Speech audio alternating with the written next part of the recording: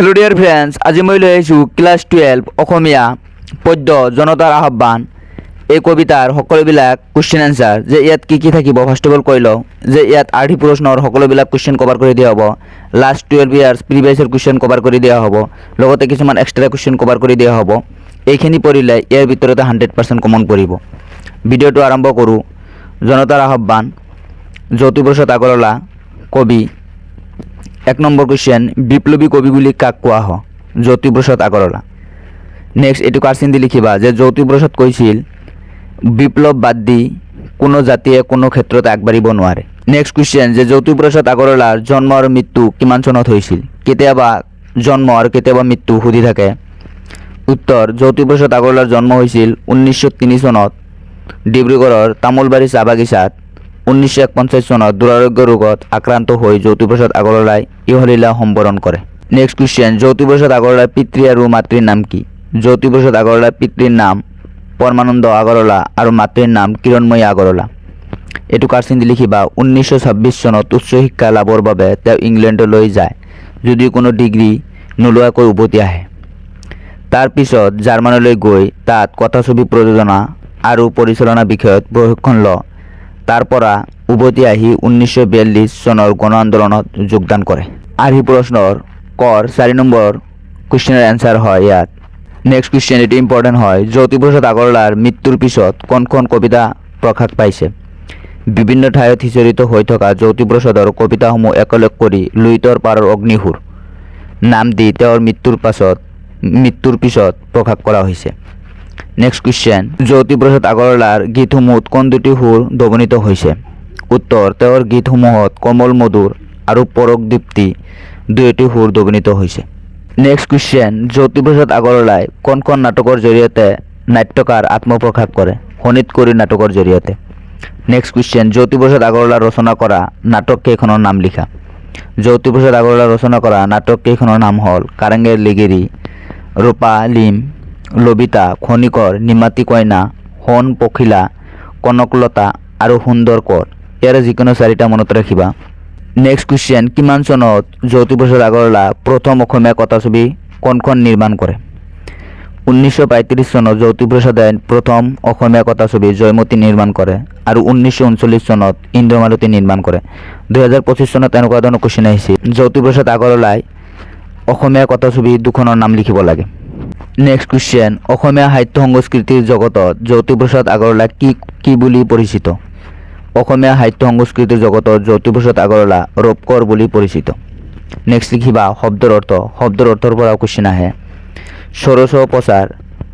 পূজাৰ 16বিধ উপকৰণ সেইবোৰ হল আসন স্বাগত পাদ্য অৰ্ঘ আচমনীয় মধুপৰ্ক পুনৰাচমনীয় স্নান বসন আবৰণ গন্ধ পুষ্প দোপ দীপ নৈবেদ্য আৰু বন্দনা এটো ইম্পৰ্টেন্ট হয় কেতিয়াবা ইয়াৰ পূজাৰ 16বিধ উপকৰণৰ নাম আহে নেক্সট অভিনৱ একেবাৰে নতুন সংহত মিলন বা একীভূত অবুথান মানে জাগৰণ এটো ইম্পৰ্টেন্ট নেক্সট দুৰ্নিবাৰ মানে দুবাৰ বা বাধা দিব নোৱাৰা অভিযান মানে যাত্ৰা প্ৰবুদ্ধ মানে হল জ্ঞান লাভ কৰা বা জাগৰিত এতিয়া আমি আৰ্হি প্ৰশ্নৰ কোশ্চেনখিনি আলোচনা কৰিম অলৰেডি কিছুমান আৰ্হি প্ৰশ্নৰ কোশ্চেন কভাৰ হৈ গৈছে সেইখিনি আলোচনা নকৰোঁ কৰ 2 নম্বৰ জ্যোতিপ্ৰসাদ আগৰৱালাৰ কবিতা পুথিখনৰ নাম কি 2025 চনত আহিছিল লুইতৰ পাৰৰ অগ্নিহুৰ 3 নম্বৰ জ্যোতিপ্ৰসাদ আগৰৱালাই ৰচনা কৰা প্ৰথম নাটকখনৰ নাম কি শোণিতকৰি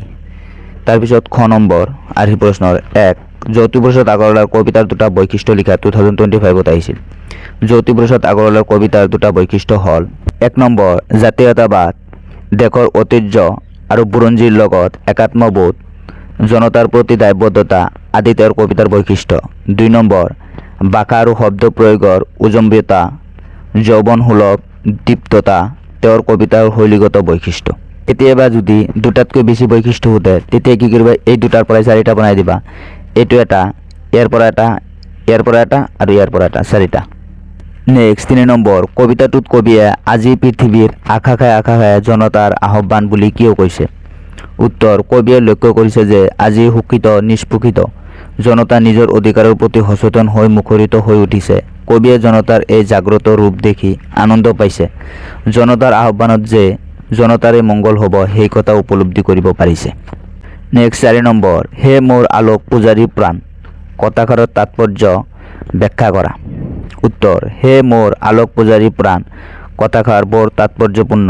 কবিয়ে আলোক পূজাৰী প্ৰাণ বুলি জনতাক বুজাইছে। কবিয়ে ক'ব বিচাৰিছে আজি জনতাৰ মাজত এক নতুন চেতনাৰ অভ্যুদয় হৈছে। ৰূপান্তৰৰ পৃথিৱীত আকাশে বতাহে জনতাৰ আহ্বান বিয়পি পৰিছে। সুন্দৰৰ পূজাৰ যি সাধনা আৰম্ভ হৈছে তাত জনতাই স্বৰূপ প্ৰচাৰেৰে সুন্দৰৰ আৰাধনাত মগ্ন হৈছে। নেক্সট কুৱেশ্যন, কথাছবিৰ নিৰ্মাতা হিচাপে জ্যোতিপ্ৰসাদৰ এটি চমু পৰিচয় লিখা। উত্তৰ, জ্যোতিপ্ৰসাদ আগৰৱালা হৈছে অসমীয়া কথাছবিৰ জনক। 1933 চনত তেওঁ বলাগুৰি চাহ বাগিচাত চিত্ৰবন ষ্টুডিঅ' স্থাপন কৰি 1934 চনত লক্ষ্মীনাথ বেজবৰুৱাৰ জয়মতী নাটকখন কথাছবিৰ ৰূপ দিয়ে। জয়মতী কথাছবিয়ে 1935 চনৰ 10 মাৰ্চৰ দিনা কলিকতাত প্ৰথমে মুক্তি পায় আৰু ইয়াৰ 10 দিন পাছত 20 মাৰ্চ তাৰিখে গুৱাহাটীৰ ৰাইজে সেই ছবি উপভোগ কৰে। ইন্দ্ৰমালতী হৈছে তেওঁৰ দ্বিতীয়খন কথাছবি। পিছলৈ তেওঁৰ পৰা প্ৰেৰণা লাভ কৰি অসমৰ বোলছবি জগতত বহু প্ৰতিভাৰ জন্ম হয়। নেক্সট কুৱেশ্যন, আৰ্হি প্ৰশ্নৰ ঘৰ 5 নম্বৰ, যে প্ৰসংগ সংগতি দৰ্শাই ব্যাখ্যা কৰা। আজি জনতাৰ পংকজ ৰূপ জাগে পদুমৰ দৰে, বোকাত জনমা মানুহে আজি আলোকলে উঠি আহে, বেলুমোৱা হৈ আহে। উত্তৰ, উক্ত কবিতাভাগি আমাৰ অসমীয়া পাঠ্যপুথিৰ সাহিত্য সৌৰভৰ অন্তৰ্গত জ্যোতিপ্ৰসাদ আগৰৱালাই ৰচনা কৰা জনতাৰ আহ্বান শিৰোনামৰ কবিতাটিৰ পৰা তুলি দিয়া হৈছে। নেক্সট পেৰেগ্ৰাফ বনাই লিখিবা যে অধিকাৰ সাব্যস্তৰ বাবে জাগ্ৰত হোৱা জনতাৰ প্ৰসংগাত কবিয়ে উক্ত কবিতাভাগিৰ অৱতাৰণা কৰিছে। নেক্সট পেৰেগ্ৰাফ বনাই লিখিবা যে কবিয়ে জানে যে জনতা এই বিশ্বৰ প্ৰধান চালিকা শক্তি হোৱা সত্ত্বেও সিহঁতে চিৰদিন লাঞ্ছিত, বঞ্চিত আৰু শোষিত হৈ আহিছে। কবিয়ে লক্ষ্য কৰিছে যে অৱশেষত জনতা সিহঁতৰ অধিকাৰৰ প্ৰতি সচেতন হৈছে। সিহঁত যেন নিন্দাৰ পৰা জাগ্ৰত হৈছে। জনতাৰ এই অভ্যুদয় বৰ্ণনা কৰি কবিয়ে কৈছে যে বোকাত জন্ম লোৱা জনতাই আজি পদুম হৈ ফুলি পোহৰ বিলাইছে। অন্ধকাৰ নাশি পোহৰত পাহি মেলি আকাশত সৌন্দৰ্য সিঁচিবলৈ অৰ্থাৎ নিজৰ অধিকাৰ সাব্যস্ত কৰিবলৈ জনতা আজি ওলাই আহিছে। এই কবিতাৰ পৰা যদি 5 মাৰ্কৰ কুৱেশ্যন আহে তেতিয়াহ'লে ইয়াৰ পৰা লিখিবা, যদি মূল বাপ আহে ইয়াৰ পৰা লিখিবা সিহঁত আশাবাদী যে সিহঁতৰ অৱস্থাৰ এক বৈপ্লৱিক পৰিৱৰ্তন হ'ব। ইয়ালৈকে। নেক্সট কুৱেশ্যন, জনতাৰ আহ্বান কবিতাটোত জনতাৰ মহাপ্ৰাণ কেনেদৰে জাগৰিত হয় বুলি কবিয়ে কৈছে আলোচনা কৰা। এইটো উত্তৰ হ'ব যে আৰ্হি প্ৰশ্নৰ ঘৰ 5ৰ 3rd পেৰেগ্ৰাফটো লিখি দিবা হ'ব। নেক্সট কুৱেশ্যন, এইটো 2023 আহিছিল। আজি জনতাৰ আলোক বিজয়ী অপূৰ্ব অভিযান, আজি পৃথিৱীৰ আকাশে আকাশে জনতাৰ আহ্বান, নৱজীৱনৰ মহাসংগতে কঁপাই বৰ্তমান। উত্তৰ, যে ফাৰ্ষ্টত এইখিনি লিখি ল'বা যে আজি দৰ লাষ্টত দৰ দি কঁপাই বৰ্তমান। উক্ত কবিতাভাগি আমাৰ পাঠ্যপুথি সাহিত্য সৌৰভৰ অন্তৰ্গত জ্যোতিপ্ৰসাদ আগৰৱালাই ৰচনা কৰা জনতাৰ আহ্বান শিৰোনামৰ কবিতাটিৰ পৰা তুলি দিয়া হৈছে। শোষক আৰু শোষিতৰ মাজত সৃষ্টি হোৱা সংঘাতৰ বিষয়ে ক'বলৈ যাওঁতে উক্ত কবিতাভাগিৰ অৱতাৰণা কৰিছে।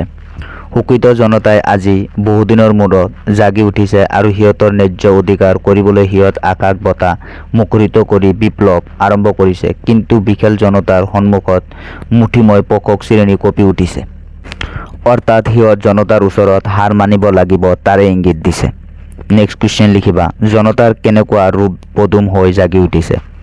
জনতাৰ বোকাত গজা পংকজ ৰূপ পদুম হৈ জাগি উঠিছে। নেক্সট কুৱেশ্যন, জনতাই কিহৰ অভিযান আৰম্ভ কৰিছে। জনতাই আলোক বিজয় অভিযান আৰম্ভ কৰিছে। নেক্সট কুৱেশ্যন, কিহৰ মহাসংঘাতে বৰ্তমান কঁপাইছে। নৱজীৱনৰ মহাসংঘাতে বৰ্তমান কঁপাইছে। নেক্সট কাৰচিন দি লিখিবা এইটো, জনতাৰ আহ্বান কবিতাটোত ভাৰতবৰ্ষৰ স্বাধীনতা আন্দোলনৰ প্ৰভাৱ পৰিলক্ষিত হৈছে। নেক্সট কুৱেশ্যন, জ্যোতিপ্ৰসাদ আগৰৱালা কিহৰ অধিনায়ক হৈ আত্মগোপন কৰিব লগা হৈছিল। মৃত্যু বাহিনীৰ অধিনায়ক হৈ। নেক্সট কুৱেশ্যন, জনতাৰ আহ্বান কবিতাটিত কবিয়ে কিহৰ জয় বিচাৰিছে। জনতাৰ আহ্বান কবিতাটিত কবিয়ে জনগণৰ জয় বিচাৰিছে। নেক্সট এইটো ব্যাখ্যা নালাগে। নেক্সট কুৱেশ্যন, জনতাৰ আহ্বান কবিতাটিত কবিয়ে কাৰ জয়ৰ কথা ঘোষণা কৰিছে।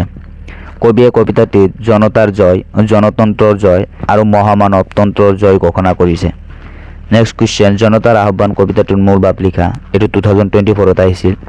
যে ইয়াৰে যিখিনি কুৱেশ্যন দিলোঁ তাৰ পৰাই মূল ভাৱটো লিখিব পাৰিবা আৰু যিটো আৰ্হি প্ৰশ্নৰ গড় 5ৰ থাৰ্ড পেৰেগ্ৰাফ সেইটো লিখিবা লিখাৰ পিছত আৰু অলপ লিখি দিবা মূল ভাৱ হৈ যাব এইখিনি পঢ়িলে যে এই কবিতাৰ পৰা যিকোনো ধৰণৰ কুৱেশ্যন আহক পাৰিবা ইয়াৰ আগৰ ভিডিঅ'ত মিলন নামৰ কবিতাটো দিয়া হৈছে যদি চোৱা নাই ডিছক্ৰিপশ্যন লিংক দিয়া থাকিব গৈ চাই ল'বা আৰু ভিডিঅ'টোত লাইক কৰিবা আৰু চেনেলটো ছাবস্ক্ৰাইব কৰি ল'বা তেতিয়া নেক্সট ভিডিঅ'ৰ কাৰণে উৎসাহ পাম thank you all of U